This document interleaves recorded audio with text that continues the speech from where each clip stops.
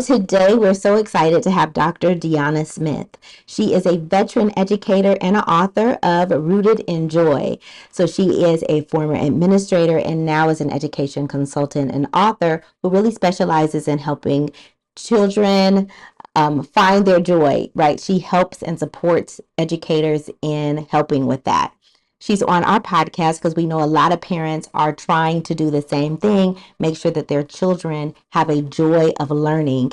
And so you don't want to miss this episode because she's going to give us some insight and resources to make sure that we can make that happen. We have this podcast to help parents and caregivers with having the resources, strategies, and tools needed to make sure that their children are on track for learning and to stay on track for success. So here she is, Dr. Deonna Smith. Hi, thank you so much for having me. I'm doing wonderfully. How are you? Doing great, starting off the school year.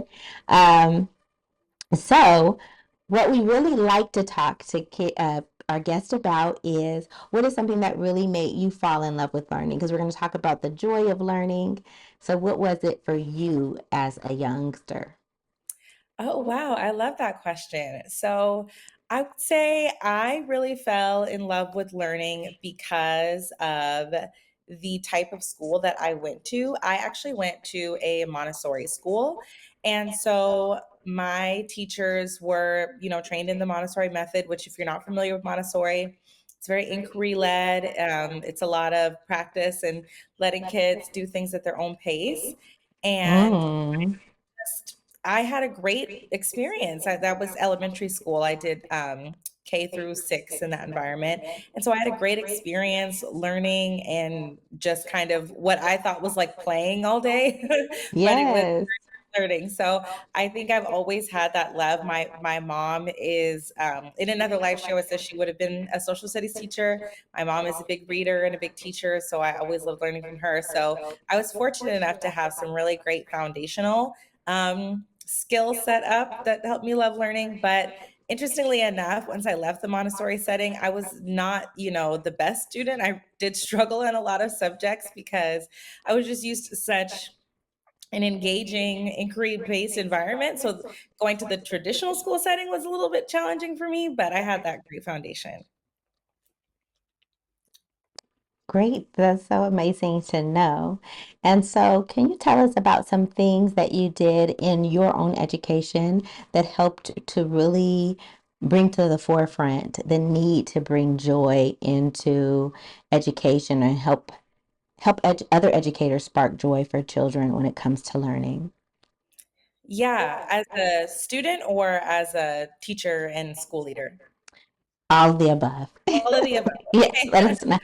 Right. Well, like I mentioned, as a student, I had a very inquiry based, joyful education experience. I did not have teachers that were super culturally responsive. I was the only person of color at my school. So I had a lot of challenges with that. And I would say that's probably what kind of set me on my journey to be an educator, is wanting to be that representation for, little Mm, girls that I just didn't have. So I did have a lot of really interesting and engaging school teachers growing up. And then I would say what I realized the most as a teacher and even just as a student is I firsthand experienced the shift that happens so much with our kids, mm. where they go from being like excited and excitable and enthusiastic to, by middle school, they hate school. They don't want to be there. They don't like anything. And I think some of that is, of course, just growing up in hormones. But I was really struck because I had the ability to teach kinder and middle school. So I've seen Yes. kind of both sides of what kids can look like, and just seeing how different kindergarten kids are than middle school kids, and their enthusiasm and their love for learning. It made me really start to think about, okay, what can we do as the adults to maintain that joy and cultivate Yeah. that love? Because kids naturally have that. They're naturally so excitable and curious. And it's just up to us to make sure that we don't snuff out that spark. So true.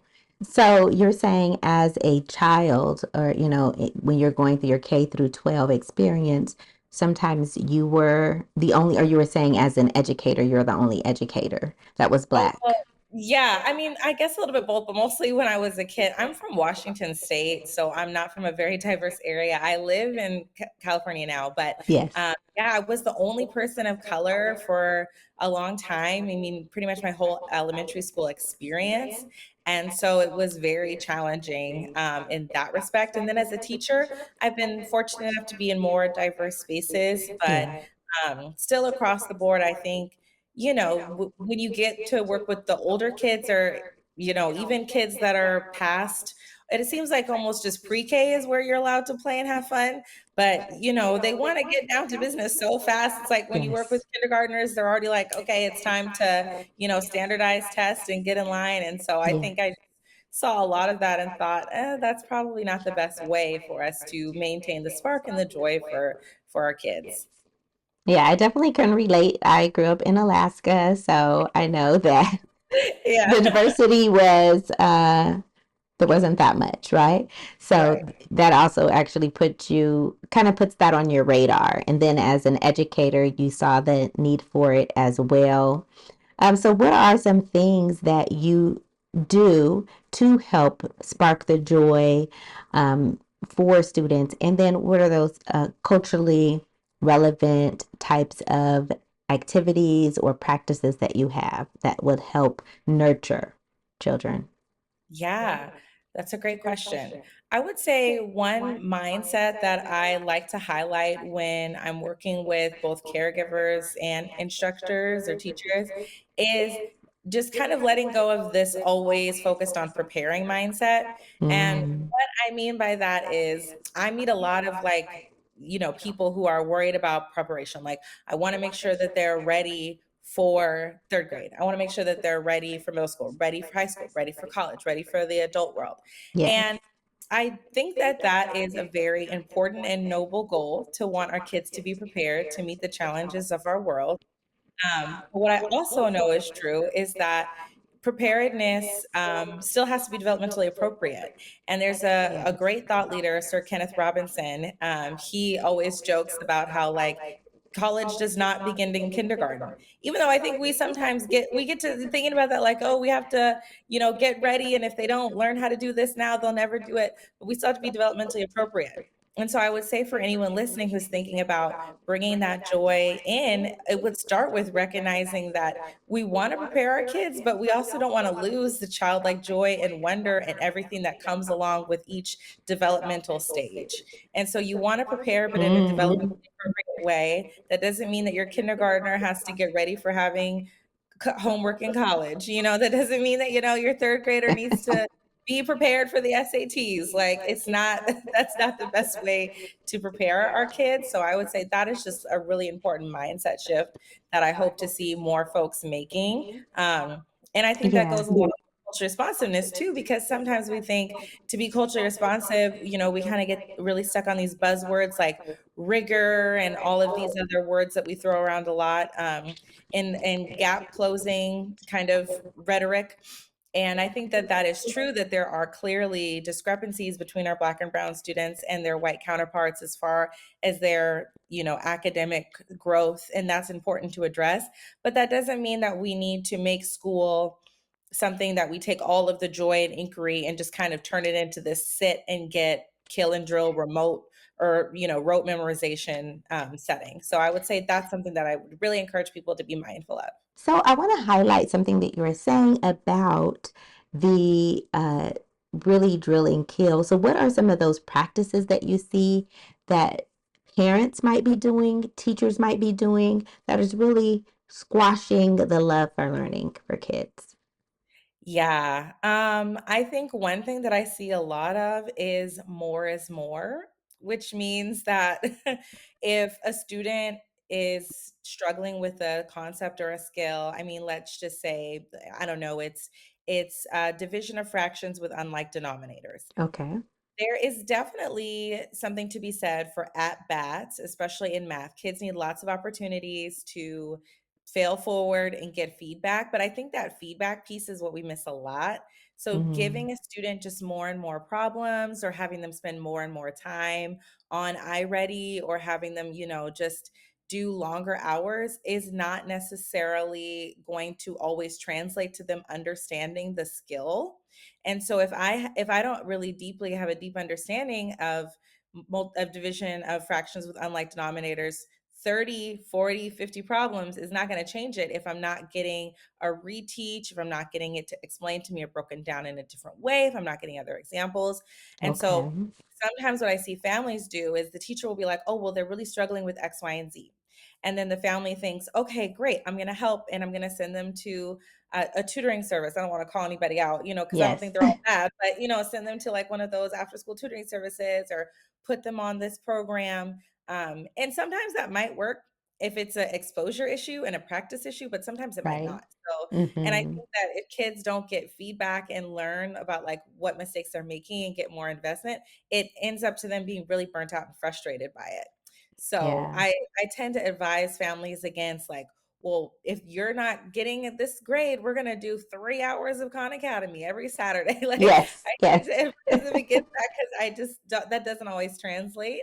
And then I think sometimes I might have a little bit of a controversial opinion on this, but I think our kids are very over technology. And so Mm-hmm. sometimes too, I think we want to have like learn all these different learning programs, but be mindful if you're at home or vice versa. Your student is probably already having, I mean, I've seen teachers that do up to 2 hours of a learning program during the school day. So more at home Okay. isn't always.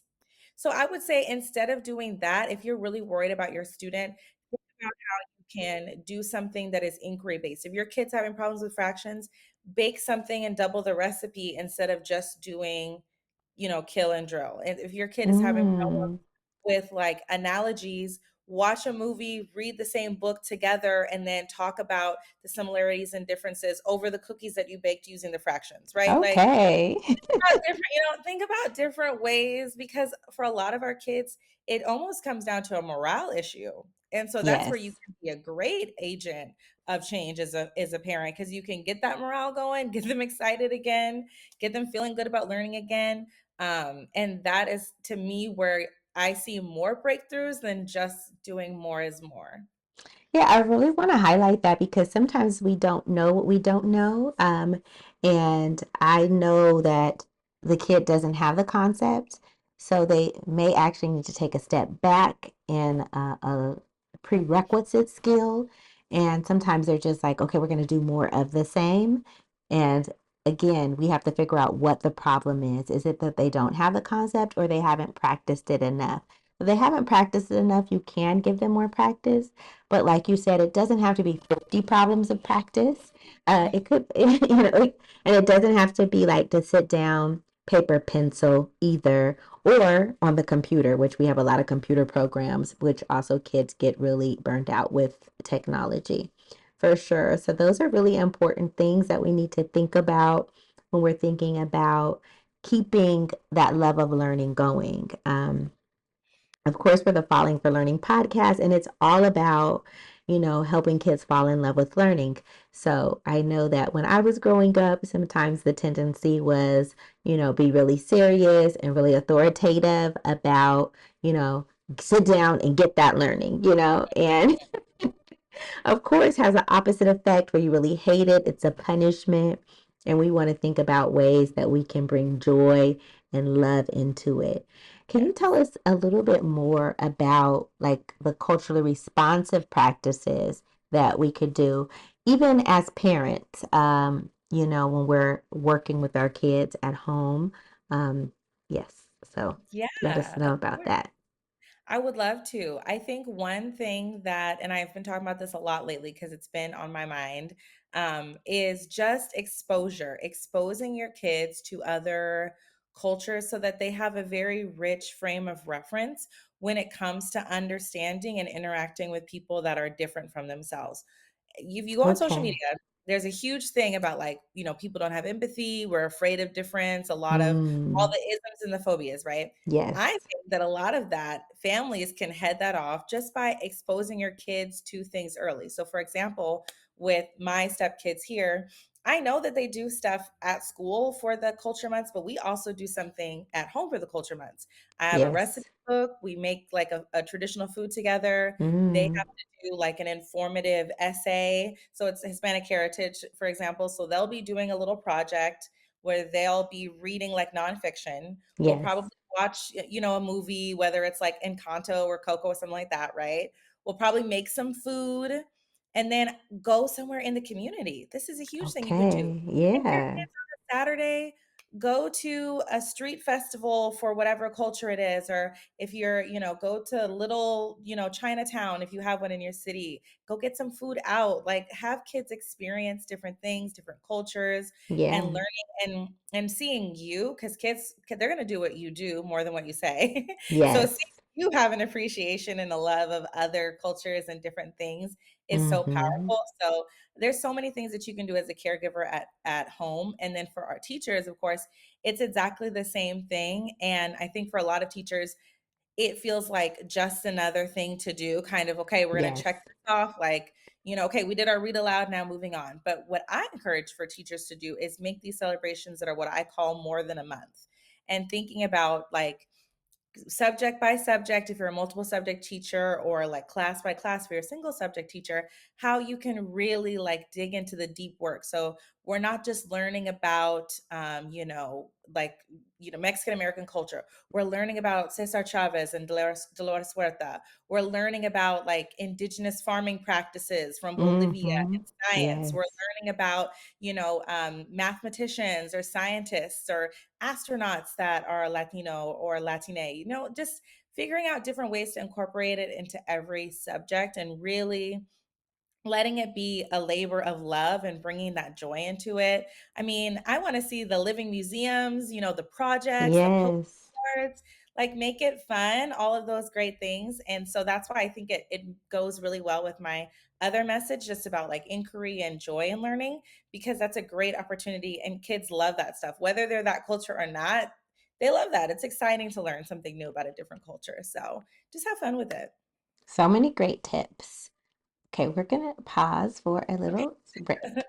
All over the United States, 75% of children don't know how to write well. Add that to the fact that so many people out there are trying to silence the voices of those who have been oppressed and trying to prevent them from telling their story. Who's going to tell your story? If your child doesn't know how to write well, I have two books to address this issue: The Rewrite Method and The Rewrite Method Workbook, written to make sure that parents know what to do, that educators know what to do to get their children to write better, and just not write better, but love to write. Make sure that your next generation could tell their story and they won't be silenced. Go to fallingforlearning.com today to purchase your set. We're here with Dr. Deonna Smith.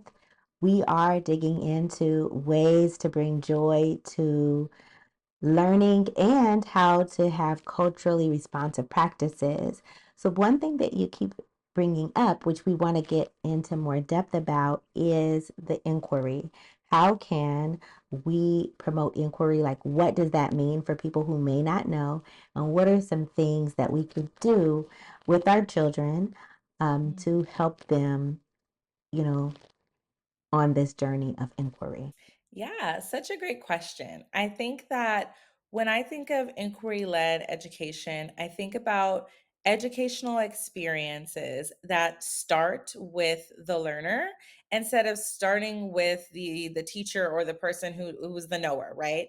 So I think for a lot of us, if we think about how we experience schooling, you probably came in and sat down and you were like, okay, I'm ready. Like, fill up my brain. Tell me everything I need to know, right?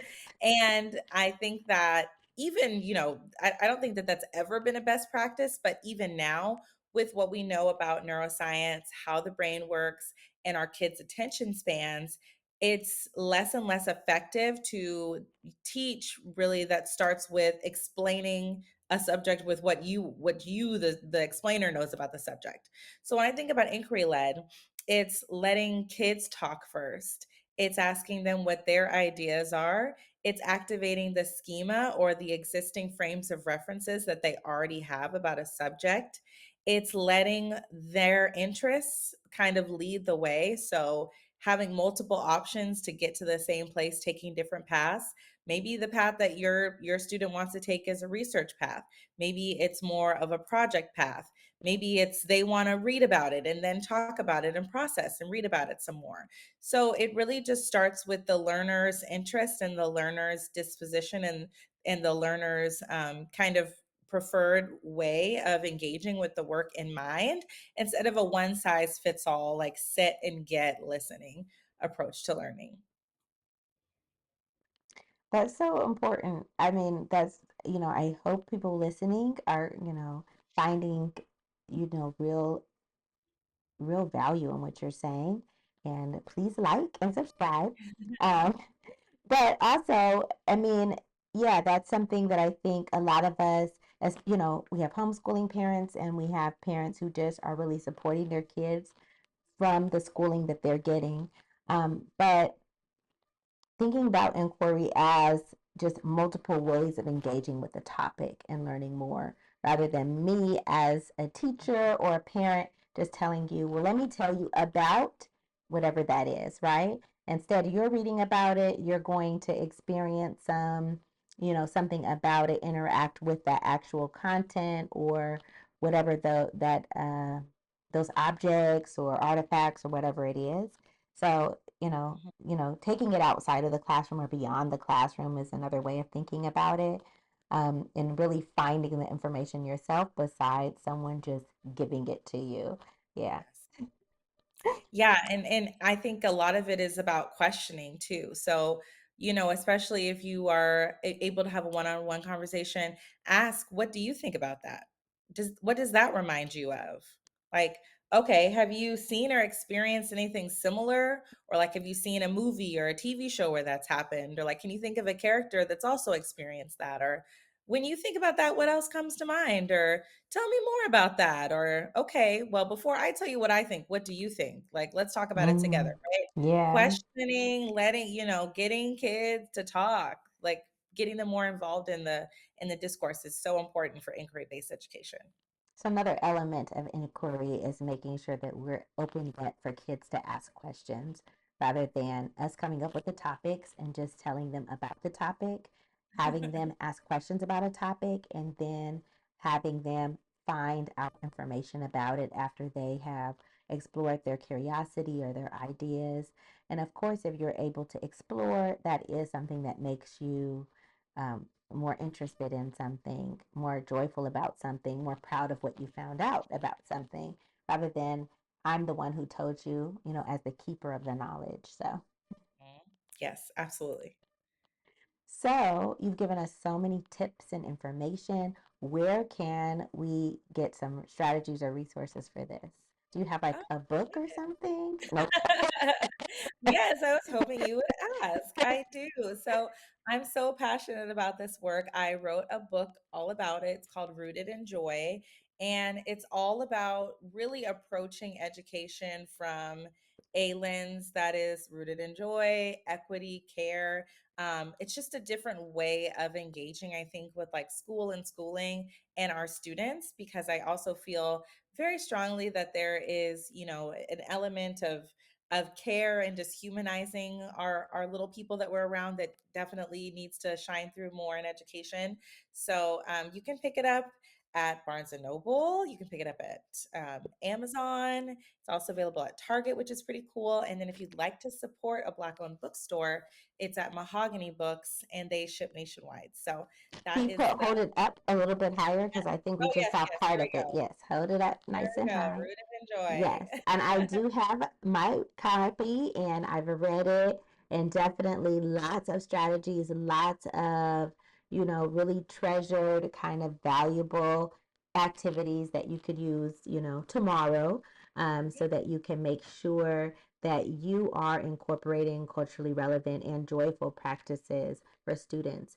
Because that's really the key, right? If we could make them sit down and do it, but eventually, when they get older, whatever, they're going to resist it. But if we could figure out how to get them to love it, make them feel good about it and joyful about it, then we'll have lifelong learners, right? Yeah. Exactly. And I would also love to connect with you on Instagram. So if you follow me, it's just at Deonna Smith. And yep, that's also my website, just deonnasmithconsulting.com. So if you'd like to see more, a little bit about the work that I do, I'd love to connect with you there. And I have lots of freebies as well. So hopefully I'll be able to maybe put something in the show notes. So a little Yes, for sure. Tell us what freebies you Okay. have and we'll put them in the show notes. Yes, yes, Okay, yes. perfect. I have one for just like I think it's like 30 strategies to incorporate joy. So I'll include that one because they're little easy things that you can do. We love that. Okay. So I also know, because I follow you on social media, that you have different presentations or like book signings, or what events do you have coming up that maybe we could, you know, come to or visit? Yeah, I'd love to see you all at one of my events or workshops. I do workshops pretty regularly virtually. I just wrapped up my back to school workshop. You can still get the recording actually, but I do that pretty frequently, just because I love connecting with people. And then I do offer workshops directly with schools and districts who want to do this work, and I do some teacher coaching as well. So if that's something that you're interested in, definitely make sure you check out my website or just send me a DM on Instagram. And coming up here pretty soon, I will be at a couple of conferences. I'll be at the American School Health Association conference in Vegas in October. So if you're there, come say hi. And then I'll be at a couple other conferences. Actually, it's a big year for me in Vegas for some reason. So I'll be at some Okay. principal conferences there as well. So if you see me and you have your copy Rooted in Joy, please be sure to come and say hello. But if you would like to learn more about this work, or you think it could benefit, your school or your teachers, definitely reach out to me and we'll get it sorted out. Absolutely. So that's wonderful. So we are so glad to have you with us again, that you've taken the time to join our podcast and give some real insight to parents that are really trying to get their children to fall in love with learning, to get them on track for learning, to make sure that they are on track for success in the future. What are some of, like, final takeaways? Like, if people don't know like where to begin, as far as they have a kid that's really have fallen out of love with learning and they don't quite know what to do to get them back on, like what are some first steps that they can do? Yeah, that's a great question. I think that, it's really important to meet kids where they're at. And so, for example, I'll give you one example. I'm always struck by kids' ability to research and have initiative when they're interested. So if you have a kid that, like plays video games or has a new hobby or is Yes. really into something, they, man, it's like Scooby Doo, ready to solve a mystery. They will research, they will pull all the sources. Like they know how to figure Mm-hmm. things out. And Yes. so if you have to start with something that doesn't feel as academic, especially as a parent, I think Yeah. that that's fine. If that is your gateway, then just highlighting like, oh, do you see how that's a transferable skill? Like, oh, Yeah. you mean you kind of looked online and then you went on YouTube and you watched a video and they explained it and you took notes? Do you see why that's kind of like what we're talking about over here, right? So don't Yeah. be afraid to meet them where they're at, and start with what they're interested in, knowing that again those are transferable. So don't overwhelm yourself trying to get your student to read a 300-page book. Maybe it starts with a book with more illustrations in it, and that's kind of the stepping stone. So just take those baby steps to re-engage our students, and they'll get addicted to that feeling. They'll get addicted to the feeling of learning, of inquiry, and it'll start to sort itself out. Wonderful. So giving them like a choice of what they're going to Yes. research, even though it's not, the big academic topic, but it just is the process of Yes. finding out about, how to play a game or how to get uh, tickets to that concert that they really want. Right, right. Like I said, they're so creative when the time is right. So just tap into that. Absolutely. So thanks again for joining us. We have all of her information in the show notes, so you could connect with Dr. Deonna Smith. And again, reach out to her. She has so many strategies, resources that you can access. The freebies are linked into our show notes. All right. Have a great day and make sure that you do something. Make sure that you do something that your future adult kids will thank you for.